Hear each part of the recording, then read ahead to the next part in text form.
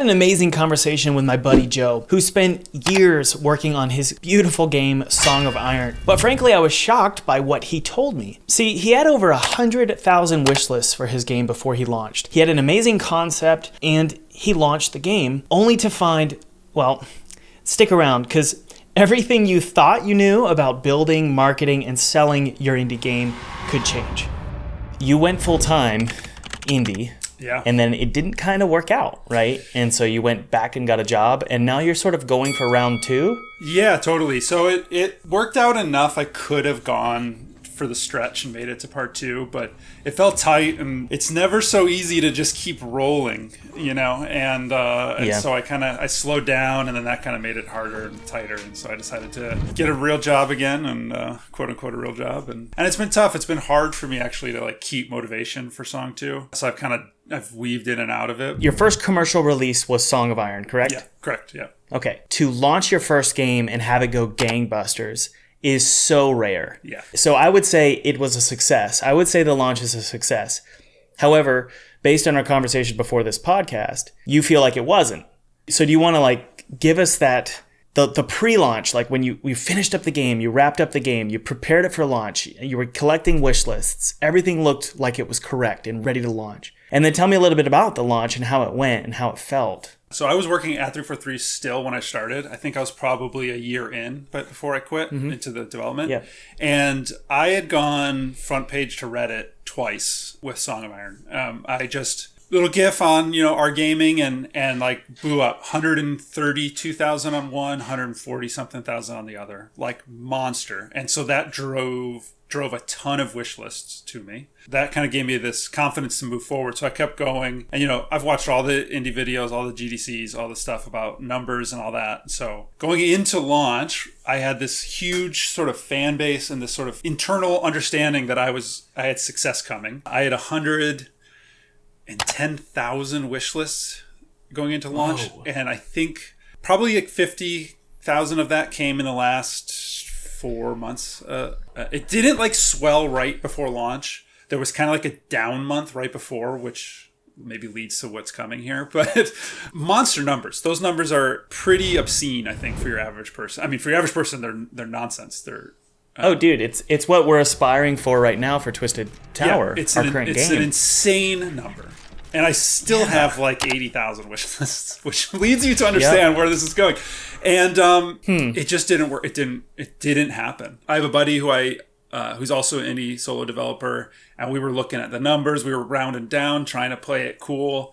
But we were like, this is a thing. This could sell 100,000 copies easy in a month. You'd be set for life. Yeah, just it could just seriously go. Those Reddit posts caught Xbox's attention, so I had a little partnership with them. So it was Xbox and Steam day one, and it did not sell like you would hope with those numbers. Why? I think now, 2 years later, a little over 2 years, I'm maybe just about to be 40,000 units sold, which is like a ton that's a ton, right? That's huge. Yeah.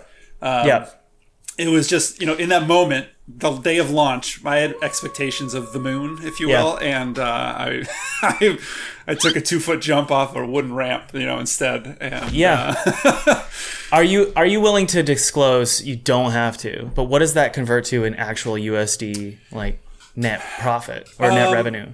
It's a couple $100,000. I'd have to double check. Maybe 300K total profit from the game. Something. Well, a lot of people are probably thinking, "Oh, you made $200,000. Why are you complaining?" Why are you? Oh, yeah, absolutely. And that's again, it is a success to a point, right? And I had every intention to keep like, all right, I made enough. I can make part 2 now. I can keep going. Yep. And that was the plan. The money dries up fast because you're paying for stuff, and It sure does. And also, you paid probably a 30% tax rate on that. Yeah, then you pay the you're paying 30% or whatever to the stores, and then you pay another 30% to the government.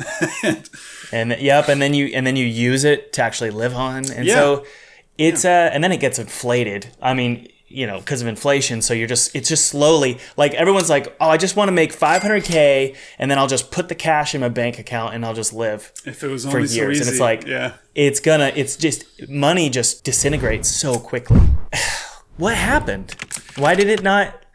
Really quickly, I wanted to give people listening some context here. Mm-hmm. Imagine you get 100,000 wish lists. What's the first thing you do? Well, I'll just say what I would do.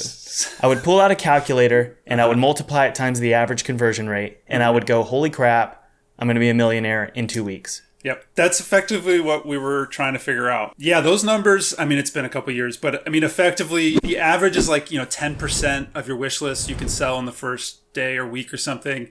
And then as you get higher and higher, the chances of it snowballing get greater and greater, theoretically. So if you can convert 10% of that in a week, the chances of that number actually like doubling or tripling for non-wish list purchases goes up really fast, to my understanding at the time. And so the expectation is, you're selling 30,000 units in your first week as an indie dev, and then that just snowballs for the, and then you can double that for the year. I might be really butchering this now because it's been a while, but you double that for the year, and then your sales, so your wish lists get emailed every time you put it on sale over a certain amount. Were you learning this from Chris Zakowski? Yeah, maybe. And there was a bunch of different things, and they probably all just use the same information. They're all referencing the same content. And they're always talking about wish lists. Like wish lists are everything. And I just have this gut feeling. I don't know where it's coming from. Probably completely wrong. I have this feeling that it's all going to change. I think it's already changed. Yeah, you can start to see games showing up on the up and coming list. Right? And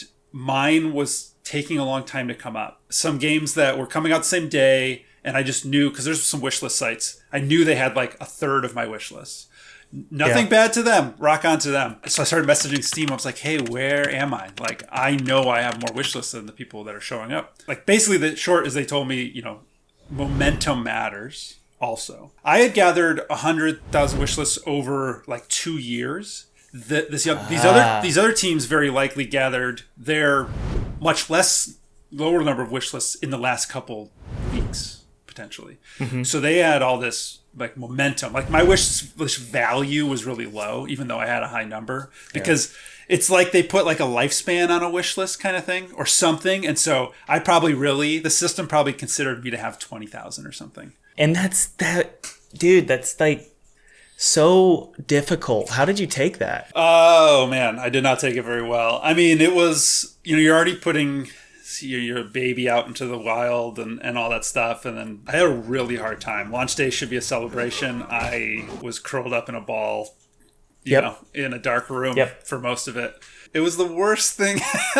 Launching this thing, it was the worst. It just like, you're so excited. You push the green button and you just sit there and you just wait. And the first review's bad, and it doesn't suddenly sell 10,000 units, in 10 minutes. And you kind of, you instantly question, like, what am I doing? I had so much confidence 10 minutes ago, and now I feel like I just made a huge mistake, and I feel like I let my wife down. You feel all these things, and you're like, you're being a little irrational maybe because you're all the stress and lack of sleep, but man. The worst. Here's the question, okay?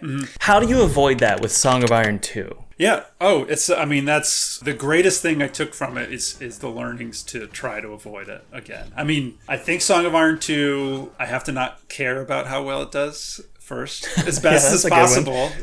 Song struggled from a few things, and I think led to the majority of the negative reviews. My controls were not great. Pretty simply understood. I definitely didn't test that enough with my friends even.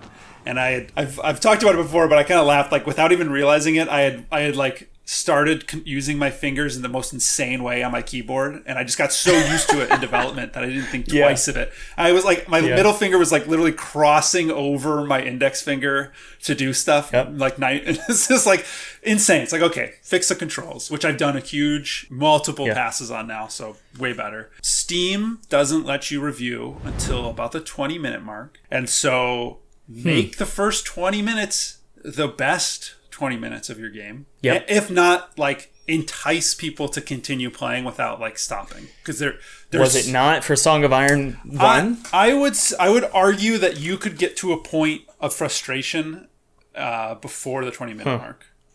Wow. Okay. Song 1. So some of my best stuff of Song is in the beginning. It's the cleanest. You kind of have the most anticipate, like, this is the best little bit of the story, and it's fresh and stuff, but it's still like, well, it can't be that true, because I did have, I ran into that, people coming right at 20 minutes and having bad feelings.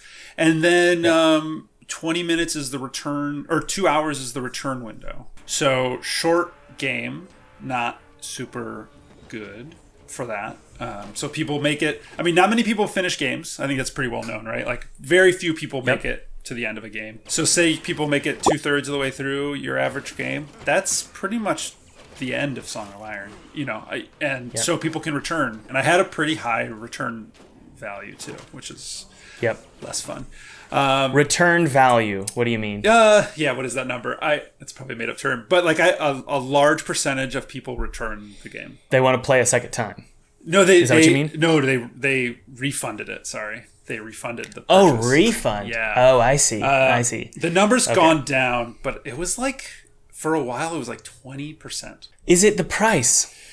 So the price is a little high, potentially. Maybe it's the price. I think it's probably all the reasons that people kind of didn't love the game probably led to it, and some people felt like they got a good chunk of it done in that 2 hour window, and they thought, well, I'll just return